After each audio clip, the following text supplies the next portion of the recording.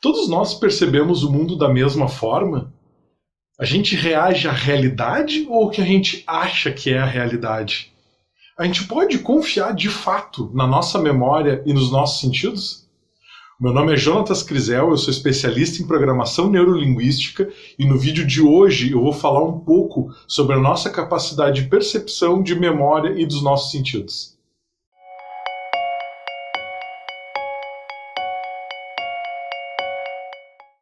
Sempre que a gente olha o mundo e acredita que a gente está vendo ele como ele é, a gente esquece de um fato simples, mas decisivo. Quando a gente abre os olhos, a luz atinge a nossa retina e tem células nervosas fotossensíveis que interpretam essa luz e transmitem a informação para o cérebro na forma de eletricidade. Nesse processo tem uma inversão vertical, afinal a câmera escura, que é o nosso olho, projeta a imagem invertida na retina, e essa é a primeira manipulação. Mas tem uma área da retina ainda que não tem fotorreceptora, chamado ponto cego, que todo mundo tem. Então como é que a gente não nota uma parte preta no nosso campo de visão escura? A razão disso é porque a nossa mente é boa em adivinhar o que devia estar ali e completa automaticamente o espaço vazio. Os filósofos há muitos milênios já questionam a nossa capacidade de percepção da realidade. Platão, com o mito da caverna, e Descartes, quando afirmou que a gente não pode confundir o que é sonho e realidade, ou mesmo o austríaco Wittgenstein, que propôs a percepção mutável quando exibiu uma figura ambígua. E diversos outros pensadores também questionaram a nossa aquisição de informações a respeito do mundo que nos cerca. E isso leva à questão, se a nossa percepção é tão falha, a nossa memória herda essa característica também? As experiências de falsas memórias são estudadas desde 1900 por Pierre Janet, Freud e Alfred Binet em crianças, e mais recentemente Elizabeth Loftus coordenou diversas pesquisas sobre a maleabilidade da memória e a criação de falsas memórias. O impacto dessas falsas memórias é perceptível do ponto de vista psicológico, principalmente porque a gente reage a elas emocionalmente como se elas fossem verdadeiras experiências. E também tem o risco de que elas gerem, do que elas geram quando a gente está no ambiente jurídico, por exemplo. Um sujeito inocente pode ser sentenciado à prisão ou culpado de um crime hediondo, pode ser solto e ficar livre para cometer novos crimes. O mecanismo de criação de memórias falsas envolve a distância temporal do evento, a importância pessoal desse evento, e quantas vezes a memória foi revisitada. Essa característica do fenômeno pode ocorrer em grupos também. Chama-se efeito Mandela. Em 2010, se constatou que várias pessoas acreditavam que o Nelson Mandela havia morrido nos anos 80. E, na verdade, ele estava vivo e só veio a morrer depois, em 2013. E o que deu origem ao nome do efeito Mandela. Aqui no Brasil, a gente tem a ideia de que ordem e progresso na nossa bandeira está escrito em preto, e na verdade está escrito em verde, no mesmo verde do resto da bandeira. A gente acessa as nossas memórias a todo instante. Assim, quando a gente aprende algo, a gente não precisa voltar a estudar tudo a todo momento de novo. Né? Por exemplo, quando tu descobriu o nome dos teus pais, quando tu aprendeu a falar. Né? Não seria possível a nossa vida se a gente não pudesse confiar nas nossas memórias. Ainda assim, a gente tem fortes evidências que elas não são de fato confiáveis, como a gente gostaria que elas fossem.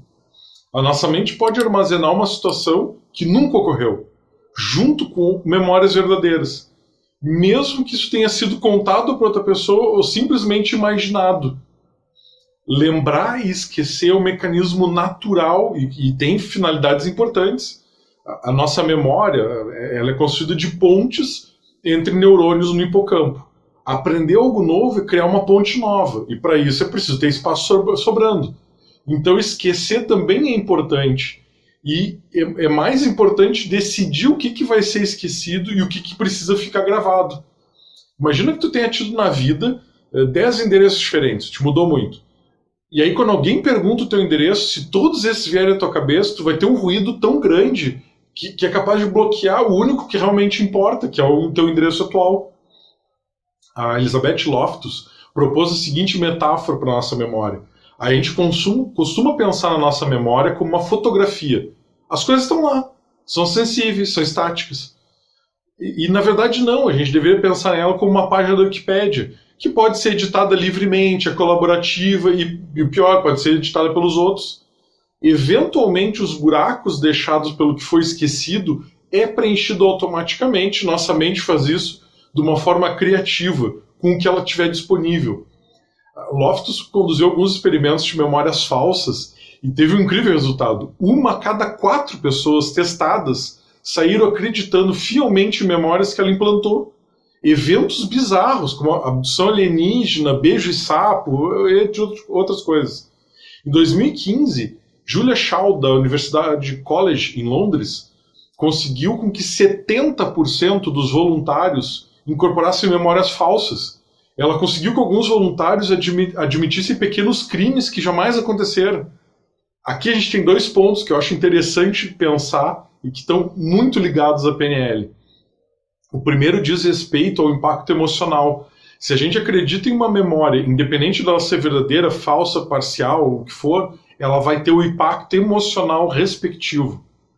Então, de forma que a gente não está preocupado em encontrar, né, do ponto de vista da PNL, a verdade. Na verdade, a gente não está muito interessado na história propriamente, no conteúdo dela, em se entender como que essas representações geram uma limitação no cliente e como que ela pode ser flexibilizada para produzir um efeito melhor. Segundo, se refere à forma de perguntar. A abordagem pode gerar um viés que interfere na memória. Imagina o seguinte, uma coisa é eu te perguntar, tu tem raiva, não teve? Isso tem um impacto. Outra coisa é te perguntar, como é que tu te sentiu?